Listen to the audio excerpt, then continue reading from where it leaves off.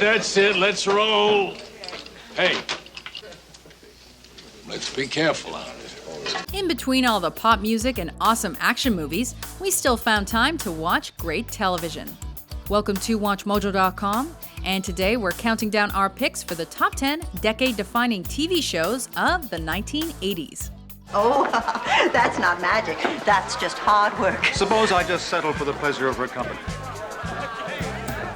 For our series on the top decade-defining shows per era, we picked series that spoke to the period in which they were made and set the standard for television during that time. Oh, really? What would you like to be when you grow up, Arnold? You mean besides tall? These shows were chosen for how important they were in the 1980s, regardless of when they started or finished. Fine night to leave the galaxy. Does anyone know what Poison Oak looks like? Number 10, Miami Vice. 5,000 street corners in greater Miami. And Gumby here's got to pick ours. This crime drama's look was so influential, it's still considered emblematic of 80s visual style and fashion. But lately it's been looking a lot like Disney World. Shut up, Crockett! It told the stories of detectives Crockett and Tubbs and their undercover attempts to thwart crimes in Miami involving drug trafficking, terrorism, and more. I must have missed the main event. Hey, Mike. Easy. Hold it, pal. Chill out. He's with me. He's with me, man. No matter which criminals they were trying to take down, the awesome hits that made up the soundtrack maintained the feeling of 80s cool and kept this from being a standard police procedural. Yeah, when you deal with lowlifes, it becomes a habit. Though it was criticized for its stylized violence, Miami Vice had an indisputable impact on pop culture of the era. Can you feel it coming in the air tonight? Oh Lord, oh Lord. Number 9, The Transformers. Before Michael Bay was blowing up giant robots on the big screen, this animated series was showing them and their transforming capabilities on the small one. Now the Autobots can no longer call themselves Transformers! The show was based on a Japanese toy line, which it used as inspiration to tell the epic story of the battle between the evil Decepticons and the heroic Autobots. Jazz, organize a battle unit. We're going after them. The eye-catching visuals and stunning scenes of destruction were burned into our brains forever, and it was representative of what we call the golden era of Saturday morning cartoons in the 1980s. But that's absurd! Do you have any better ideas? Or is your intelligence as fleeting as your courage? Number 8, Family Ties. I can't believe you guys could watch this. You look ridiculous. 500,000 people trying to stop a senseless war. You find that ridiculous? The free love hippie movement of the 60s and 70s contrasted with the more upright conservatism of the 80s. And this sitcom did a good job of showing that cultural shift between eras. Well, how do I look? Middle-aged. Pitched as a show with hip parents and square kids, Michael J. Fox portrayed Alex P. Keaton, a young Republican entrepreneur whose views clashed with those of his baby boomer parents. It's okay. Even though the show focused on the politics of the time, the laughs that came from domestic relations continue to resonate. Oh, okay, I feel better now. Number 7, Married with Children. Hey, where'd you get these? We don't keep any food in the house. The dysfunctional family in this sitcom didn't always get along, but their squabbles made for great entertainment. Oh, Kelly, can we please watch something else? This is a rerun. No, it's not. I've seen this one 1,000,000 times. Former jock Al Bundy has a rough life as a shoe salesman, and it often leads him to scheme or take his anger out on others. I was gonna watch it on TV, but I don't have one anymore. I bet it on your kid. Known for tackling topics too controversial for other series, this Fox show was not what we'd call politically correct. But it still gained a loyal following of watchers who tuned in to see the Bundys fight, offend, and break the rules of 80s network TV. You saw that little poodle he was with?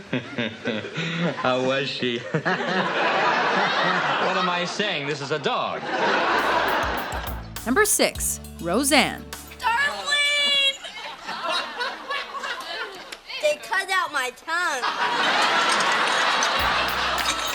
When this show started, sitcoms were dominated by wealthier families, but Roseanne showed there was room for the working class. Oh, caramel apples. Hey, leave those alone. You don't want to end up fat like your Aunt Jackie. Not only that, but the brash woman the show was centered around had a body type unusual for TV at the time. And the decision to discuss issues like menstruation and birth control was an uncommon one. You know, Jackie, I think you've got a hormonal problem. No way, Pete. It's just when you're around, our hormones mutate. But that formula nabbed them the #1 spot in the ratings in 1989. Yeah, I was a stud, wasn't I? Won them numerous awards and helped them redefine sitcom subject matter for the era. Number 5, the A-Team. Mr. Murdoch, what are you doing? I'm shaving. Come on, haven't you ever seen a man shave in the morning? We pity the fool who hasn't seen this show. We in trouble now. This action series centers around a group of ex-Army Special Forces soldiers who have to fight on their own after mistakenly being deemed war criminals. I keep telling everybody, don't you think I want to get out of here and see E.T. just like everybody else?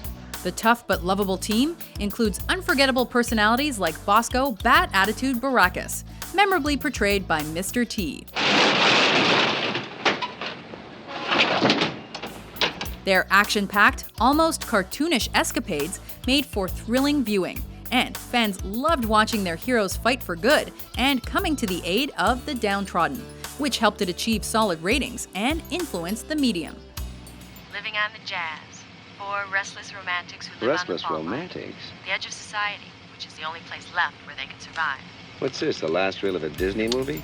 Number 4, The Wonder Years. Like about half the schools in the country that year, my school was being renamed Robert F. Kennedy Junior High.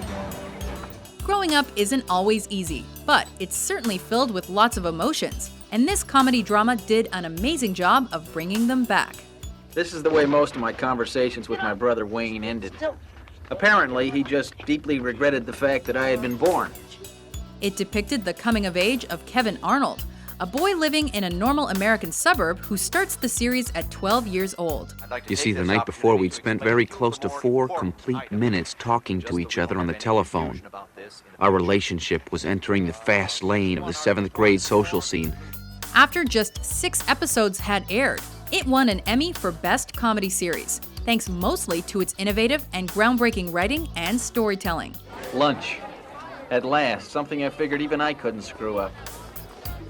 The Wonder Years wasn't a ratings juggernaut, but the feel-good series spoke to a generation by telling the story of youth. And so Winnie and I had our one slow dance after all. But things wouldn't be the same between us. We were getting older. Number 3, Late Night with David Letterman. Slave to the rhythm! Slave to the rhythm! Okay, just have a seat. Great. Longtime viewers were saddened to learn of Letterman's retirement from his gig at The Late Show, but he proved his chops as a talk show host on this series. You know, obviously this is sweeps week. I mean, everybody knows That's right. that. That's why we're having pig races. That's right. You have the big yes on. Letterman changed the genre forever by adding unique touches like the top 10 list, answering viewer mail, and bringing on unknown guests looking for a break. Notice that you have some of the shaggiest eyebrows in the business, David. When are you going to trim those up? Oh, I'm sorry. Well, come on, we'll pair Should they be trimmed? Shears next to them. Some garden shears might do the trick. His winning personality and trademark wit held it all together and made the gap-toothed one the man to watch if you were up late and craved a little biting comedy. We have a very strange relationship that no one will ever understand except us. And I don't think I even understand it a lot. I don't either. All right. Number 2, The Cosby Show. Clear off the table, put the dishes in the dishwasher, okay? And do it right. Then can I go? Then you can live. Bill Cosby is one of America's best-loved comedians, and this show is a big reason why. How far apart are your wife's contractions, Mr. Rowland? 35 minutes? He starred as Dr. Heathcliff Huxtable, an obstetrician trying to hold together his upper-middle-class family, aided by his wife, played by the elegant Felicia Rashad. He created and produced the show, and it was his signature family-friendly comedy style that allowed it to deal with serious subjects throughout its run. Her daughter and her friends, our daughter included, decided to play the alphabet game while chug-a-lugging bourbon, and it seems that Vanessa was very drunk when she left. She must have lost. Not only that, The Cosby Show also broke barriers in television for African Americans and brought the sitcom format back from the brink of extinction. Do you know that I graduated from Hillman and went on to one of the best medical schools in the country? Hudson? I've never been sued. Before we unveil our pick for decade-defining show of the 1980s, here are a few honorable mentions. Well, kid, looks like we're gonna join Traveler's Aid. Gonna give the little lady a lift. But what about her vehicle? Gonna have to tow it in. What do you mean, we? Hey, shh, quiet. I spent an hour talking to Rick, and it did a lot to thicken the plot. Turns out the car was a rental, but then they always are. However, they're not usually rented to the coach of the intended victim. Hey, a true friend will forgive you anything and love you no matter what. Just as your mother, loves you no matter what. Now tell me, Dorothy, what did you do that's so terrible? I hugged Miles. You're going to hell, Missy. Bo and Luke laid it out for him. After a gut-busting laugh, they cranked up and cut out.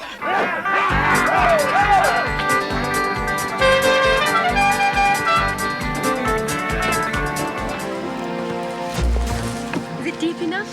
That is perfect. Perfect. But they can see it, though. That's what makes it perfect. We're saved. Saved! The Pharaoh is alive and we're saved. Hooray! And when the Queen gets back from seeing Ponsonby, we'll... Oh, God! Wouldn't you like to get away? Number 1. Sometimes you wanna go where Cheers. everybody knows your name. Almost canceled in its first season due to low ratings, this sitcom held on to become one of the most beloved shows in TV history. Christmas comes earlier every year, doesn't it? Well, I think if you check, Sam, it always comes on the 25th of December. Taking place in the titular bar, where Bostonians met to drink and where everybody knows your name, it depicted the lives of employees and patrons alike. So, what's everybody else doing? I don't know. Sally's kind of snuck up on me. Yeah, that sounds like fun, too. The show's willingness to tackle issues like alcoholism and homosexuality, albeit with a sense of humor, made it a trailblazer. This is gonna be great. Somebody put a gag on Andy Hardy.